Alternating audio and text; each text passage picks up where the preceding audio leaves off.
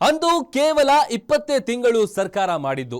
ಆ 20 ತಿಂಗಳಲ್ಲಿ 20 ವರ್ಷಕ್ಕೆ ಆಗುವಷ್ಟು ಯೋಜನೆಗಳನ್ನ ಅನುಷ್ಠಾನಕ್ಕೆ ತಂದ ಏಕೈಕ ನಾಯಕ ಅಂದ್ರೆ ಅದು BS ಯಡಿಯೂರಪ್ಪ ಮಾತ್ರ. ಹಣಕಾಸು ಸಚಿವರಾಗಿ ಅಧಿಕಾರ ವಹಿಸಿಕೊಂಡ ಕ್ಷಣದಲ್ಲೇ ವಿದ್ಯಾರ್ಥಿಗಳಿಗೆ, ಹೆಣ್ಣು ಮಕ್ಕಳಿಗೆ ವಿಶೇಷ ಯೋಜನೆಗಳನ್ನ ಘೋಷಿಸಿದ್ರು. ಅಷ್ಟೇ ಅಲ್ಲ, ಮಹಿಳೆಯರ ಶ್ರೇಯೋಭಿವೃದ್ಧಿಗಾಗಿ ಕಂಡ ಕನಸನ್ನ ನನಸು ಮಾಡಿದ್ರು.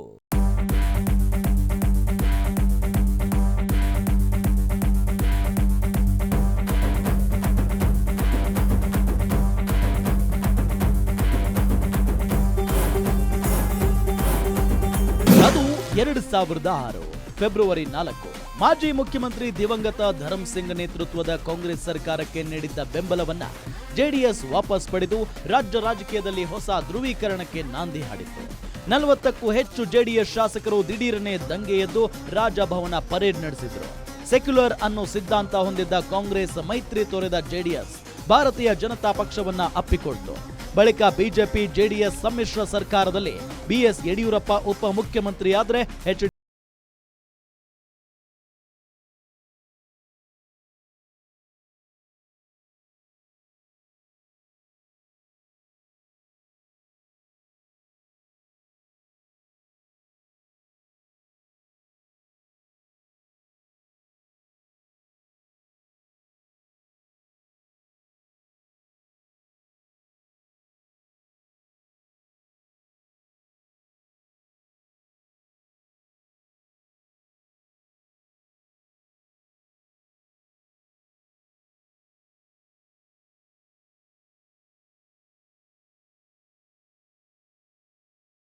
ರೂಪಿಸಿದ್ದ ರೂಪುರೇಷೆಯಂತೆ ಫೈನಾನ್ಸ್ ಮಿನಿಸ್ಟರ್ ಆದ ಬಳಿಕ ಹಲವು ಜನಪರ ಯೋಜನೆಗಳನ್ನ ಜಾರಿಗೊಳಿಸಿದರು.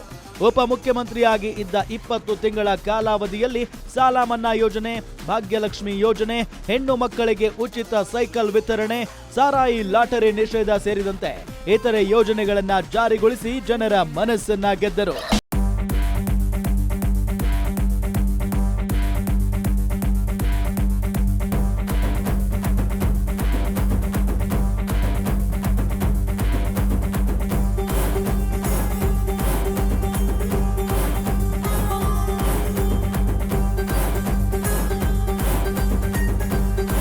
ಬಡತನದ ರೇಖೆಗಿಂತ ಕೆಳಗಿರುವ ಕುಟುಂಬದಲ್ಲಿ ಹೆಣ್ಣು ಮಗುವಿನ ಜನನ ಉತ್ತೇಜಿಸಲು ಯಡಿಯೂರಪ್ಪ ತೀರ್ಮಾನಿಸಿದರು.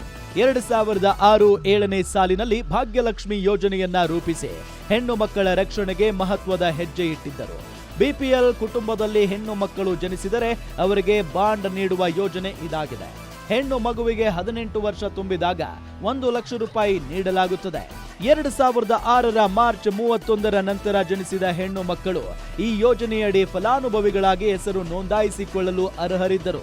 ಮಗು ಜನಿಸಿದ 1 ವರ್ಷದೊಳಗೆ ಜನನ ಪ್ರಮಾಣ ಪತ್ರವನ್ನ ಒದಗಿಸಿ ನೋಂದಾಯಿಸಲು ಅವಕಾಶ ಒದಗಿಸಿಕೊಟ್ಟರು.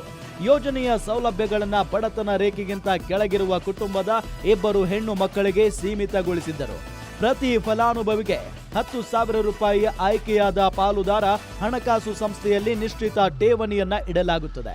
ಪಾಲುದಾರ ಹಣಕಾಸು ಸಂಸ್ಥೆಯ ಹೆಣ್ಣು ಮಗುವಿನ ಹೆಸರಿನಲ್ಲಿಟ್ಟಿದ್ದ 10,000 ರೂಪಾಯಿ ಡೆಪಾಸಿಟ್ ಮೇಲಿನ ಆದಾಯವನ್ನ ಗರಿಷ್ಠಗೊಳಿಸಿ ಡೆಪಾಸಿಟ್ ಹಣವನ್ನ ಬಡ್ಡಿ ಸಮೇತವಾಗಿ ಫಲಾನುಭವಿಗಳಿಗೆ 18 ವರ್ಷಗಳು